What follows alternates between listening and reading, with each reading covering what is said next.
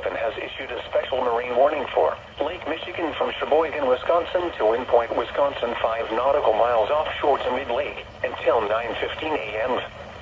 At 8:58 a.m., strong thunderstorms were located along a line extending from near Little Sable Point Light to 8 nautical miles southwest of White Lake Pier Heads to 21 nautical miles west of Muskegon Light to 23 nautical miles east of Wind Point. Moving east at 40 knots. Hazard, wind gusts to 40 knots and small hail. Source, radar. Impact, small craft could be damaged and briefly higher winds and suddenly higher waves. Strong thunderstorms will remain over mainly open waters.